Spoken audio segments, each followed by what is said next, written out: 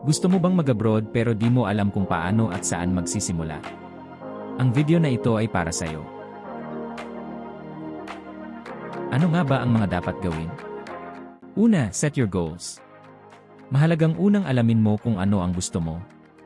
Gusto mo bang magtrabaho sa ibang bansa ng pansamantala lamang?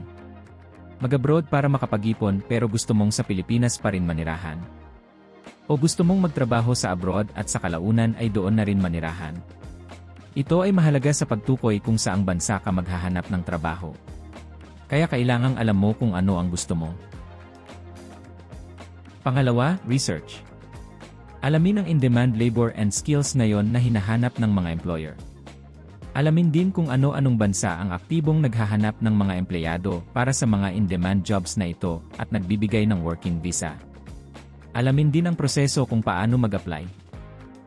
Kung gusto mong mag-migrate, alamin din kung anong mga bansa na merong work visa program to permanent residency. Sa mga susunod na video ay tatalakayin namin ang mga mahahalagang impormasyon na ito, kaya sumubaybay. Pangatlo, do a self-assessment or self-audit. Ano ang natapos mo? Identify the bachelor degree, diploma or certificate that makes you qualify for the in-demand jobs. Kung wala kang natapos na kahit ano ang skills mo? Ano ang skills mo ngayon na tugma sa kailangan sa labor market ngayon? Kung wala kang natapos at wala ka ring skills para makonsider kang skilled worker, handa ka bang mag-upskill o matuto ng bagong skill? Pangapat, make a plan.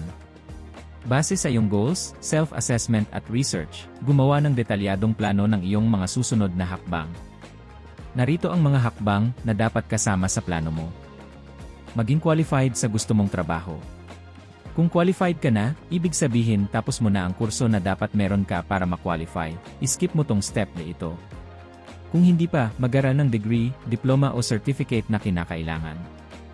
Sumunod, kumuha ng nararapat at required na experience. Kadalasan sa mga skilled jobs, hinahanap nila ang mga taong at least may 3 years related experience. Kung may related at sapat na experience ka na, skip mo ang step na ito. Last step na dapat kasama sa plano ay ang pag-apply. Mahalagang pakatandaan na hindi ka makakahanap ng trabaho kung hindi ka mag-apply. Ang pag-apply ay dapat paglaanan ng panahon at tiyaga.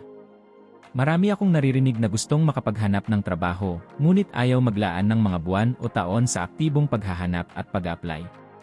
Laging tatandaan na ikaw ang unang dapat magtrabaho ng paghahanap mo ng trabaho.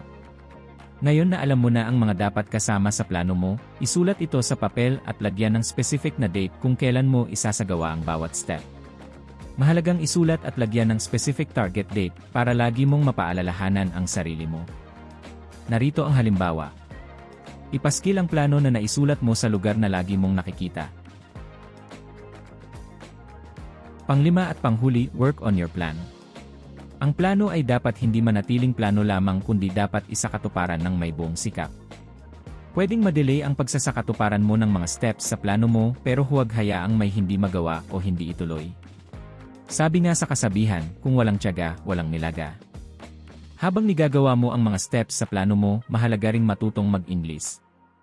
Ang English ay lingwahe na ginagamit ng maraming bansa. At dahil gusto mong magtrabaho sa ibang bansa, mahalagang marunong kang mag-communicate gamit ang wikang English.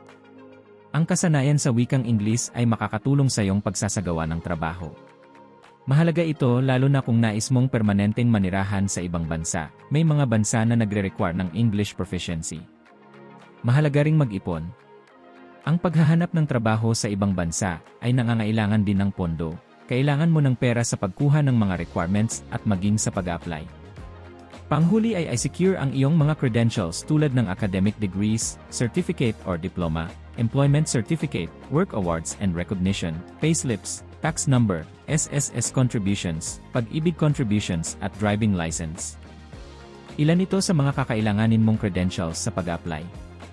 Maaga pa lang ay i-secure na ito para madali nang ihanda kapag kailangan na. Ilagay sa isang folder o lagayan ang mga credentials na ito.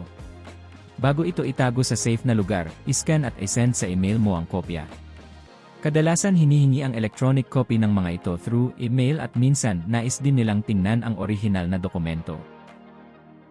Tandaan, sa tamang impormasyon, sipag at tiyaga, ang pangarap mong makapagtrabaho sa ibang bansa ay kayang-kaya. Ang page namin ay naglalayong maglaan ng tama at makakatulong na mga impormasyon sa iyo at sa lahat ng nais magtrabaho sa ibang bansa. Kaya huwag kalimutan na i-follow o i-subscribe ang page namin. Maraming salamat at hanggang sa muli.